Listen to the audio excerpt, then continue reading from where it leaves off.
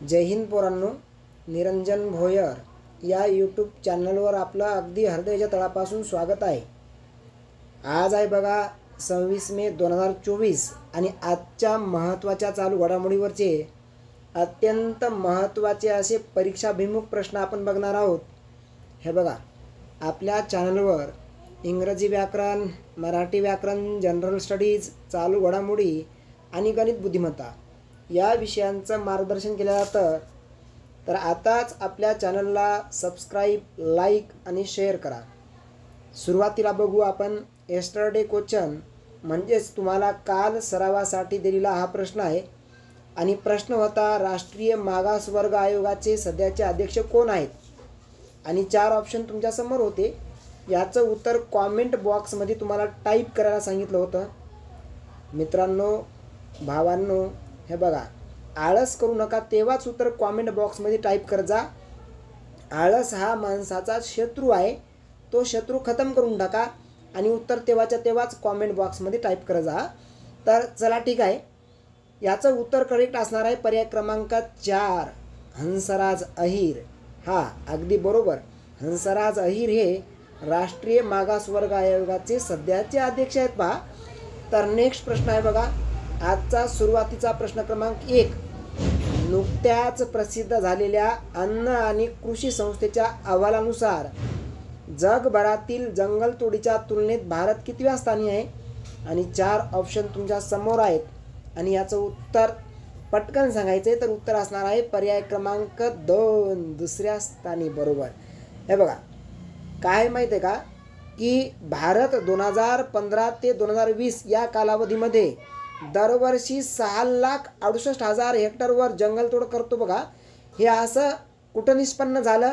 हे झालं अन्न आणि कृषी संस्था जी आहे, जागतिक अन्न आणि कृषी संस्था, या संस्थेच्या नुकत्याच जाहीर झालेल्या अहवालामध्ये।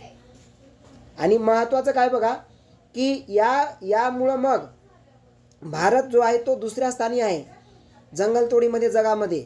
आणि राष्ट्रीय हरित न्यायाधिकरण, काय बोलतो मी, राष्ट्रीय हरित न्यायाधिकरण म्हणजेच GNT, ग्रीन नॅशनल ट्रिब्युनल, ही जी काय संस्था आहे, या संस्थेनं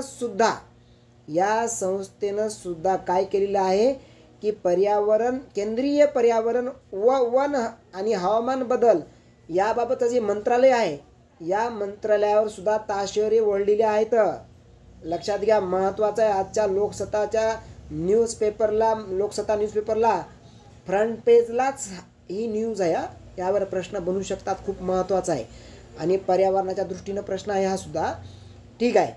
तर बघा, अन्न आणि कृषी संस्था म्हणजेच food and agriculture organisation of the united nations, म्हणजेच जागतिक लेवलची अन्न आणि कृषी संस्था जी आहे ही युनोची, युनायटेड नेशनची संस्था आहे ती। आणि या संस्थेची स्थापना झालेली होती 16 ऑक्टोबर 2016ला। मुख्यालय आहे रोम। आणि अध्यक्ष जे आहेत ना या संस्थेचे पूर्वीचे, हे क्यू डँग्यू हे होते, पण आता सध्याचे अध्यक्ष कोण आहेत ते महत्त्वाचं आहे। आणि त्याचं उत्तर कॉमेंट बॉक्समध्ये तुम्ही टाईप करा। काय बोलतो मी, कॉमेंट बॉक्समध्ये टाईप करा। मला माहीत आहे बघा, ब्राझिलिया जसं असं काहीतरी आणि शेवटी सिल्वा असं नाव आहे। तर ते बरोबर शोधून तुम्ही टाईप करा, मला माहीत आहे, मुद्दाम तुम्हाला सांगणार नाही। प्रश्न बघू, नेक्स्ट प्रश्न क्रमांक 2। प्रश्न काय बघा, रेमल या चक्रीवादळाची निर्मिती बंगालच्या उपसागरात झाली, हे नाव कोणत्या देशाने दिले? 4 ऑप्शन समोर आणि या 4 ऑप्शनपैकी करेक्ट आन्सर असणार आहे पर्याय क्रमांक 1, बरोबर, ओमान जे आहे ना, ओमान देशांनी रेमल या चक्रीवादळाला नाव दिलेलं आहे। आता चक्रीवादळाला नाव देण्याची पद्धत काय माहिती आहे का, त्या अल्फाबेटनुसार देशाच्या नावाचं जे अल्फाबेट आहे तर त्यानुसार तो क्रम येत असतो। तर ओमान देशाने हे नाव दिलेलं आहे। चला ठीक आहे, हे बघा, हे जे काही चक्रीवादळ आहे ना रेमल, हे कोणत्या उपसागरात किंवा कोणत्या सागरामध्ये तुम्हाला हे निर्माण झालं यावरही प्रश्न बनतात। मग अरबी समुद्र आहे का बंगालचा उपसागर आहे असं तुम्हाला विचारलं जाऊ शकतं का हिंदी महासागरात आहे? तर बंगालच्या उपसागरात निर्मिती झालेली आहे। मग असा पण प्रश्न तुम्हाला दिला जाऊ शकतो की हे वादळ जे आहे हे मोसमी वाऱ्यासाठी अनुकूल आहे का प्रतिकूल आहे? तर अनुकूल आहे, म्हणजेच ते आपल्याला या मोसमी वाऱ्यासाठी ते उपयोगी आहे. म्हणजेच अनुकूल आहे, प्रतिकूल नाही, हे लक्षात ठेवा. म्हणजे विरोध करणार नाही ते. आणि या चक्रीवादळामुळं भारतातील केरळ, तेलंगणा या भागात जो पूर्वेचा किनारा आहे भारताचा, केरळ तेलंगणा या भागात चक्रीवादळ निर्माण होण्याची शक्यता दाट निर्माण झालेली आहे, हे पण लक्षात ठेवा. चला ठीक आहे, नेक्स्ट प्रश्न बघू. प्रश्न क्रमांक 3 महत्त्वाचा प्रश्न आहे बरं का. प्रश्न खूप महत्त्वाचा आहे. बेद ब्रत भराली, काय बोललो मी? बेद ब्रत भराली हा कोणत्या खेळाचा खेळाडू आहे? महत्त्वाचा प्रश्न आहे. आणि 4 ऑप्शन समोर, करेक्ट उत्तर असणार आहे पर्याय क्रमांक 4. यापैकी एकही खेळ नाही. बेदब्रत भराली या 3 खेळापैकी एकाही खेळाचा नाही. तर मग यापैकी नाही म्हणजे चौथा खेळ कोणता आहे की त्याचा तो बेदब्रत भराली खेळाडू आहे? तर तो आहे बघा भारोत्तोलन, म्हणजेच वेट लिफ्टिंग. भारोत्तोलक या खेळाचा खेळाडू बेदब्रत भराली का चर्चेमध्ये आहे? काय महत्त्वाचं घडलं असं चर्चेत यायला प्रश्न विचारायला? तर महत्त्वाचं आहे बघा की आसामचा हा युवा भारोत्तोलक बेदब्रत भराली आहे. आणि पेरूच्या लिमा, पेरू जो देश आहे त्या पेरूच्या लिमा या ठिकाणी ज्या स्पर्धा सुरू आहेत, IWF जागतिक युवा अजिंक्यपद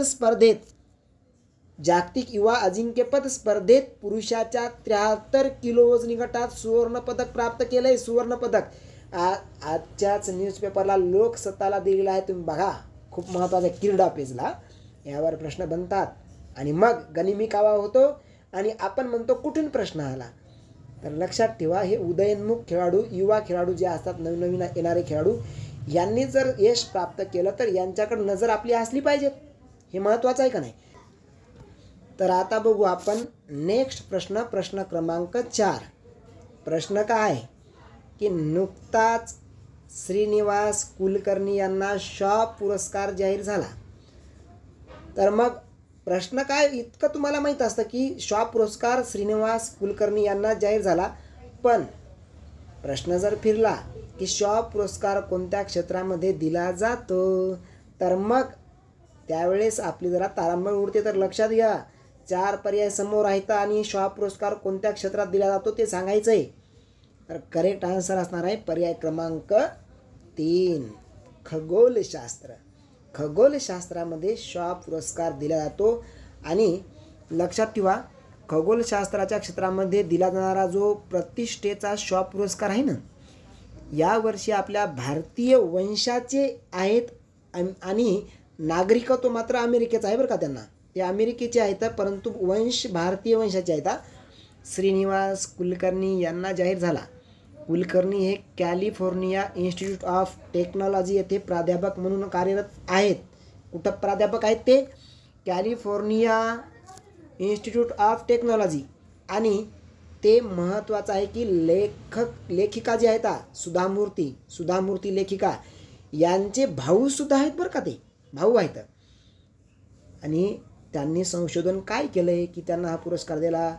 तर मिलीसेकंद पल्सर, गॅमा किरणांचा स्फोट आणि सुपरनोव्हा इत्यादी बाबतीत त्यांनी संशोधन केलेलं आहे, म्हणून हा त्यांना यावर्षीचा शॉ पुरस्कार देण्यात आला. यावर प्रश्न जरूर बनणार, महत्त्वाचा आहे. चलो नेक्स्ट प्रश्न आहे तुम्हाला. प्रश्न क्रमांक 5. भारत आणि बांगलादेशच्या दूतावासांनी गुरुदेव रवींद्रनाथ टागोर आणि कवी काझी नजरुल इस्लाम हे बांगलादेशचे आहेत आणि गुरु रवींद्रनाथ टागोर हे तर भारतीय आहेत, तुम्हाला माहीतच आहे. तर यांच्या जयंतीनिमित्त येथे संयुक्त कार्यक्रम आयोजित केला. 4 ऑप्शन समोर. तर आता बघू आपण उद्याचा सरावाचा प्रश्न, म्हणजे नेक्स्ट डे क्वेश्चन. प्रश्न आहे, आंतरराष्ट्रीय न्यायालयाचे मुख्यालय ... येथे आहे. 4 ऑप्शन समोर आहेत आणि याचं उत्तर कॉमेंट बॉक्समध्ये टाईप करायचं आहे. कॉमेंट बॉक्समध्ये टाईप करायचं आहे.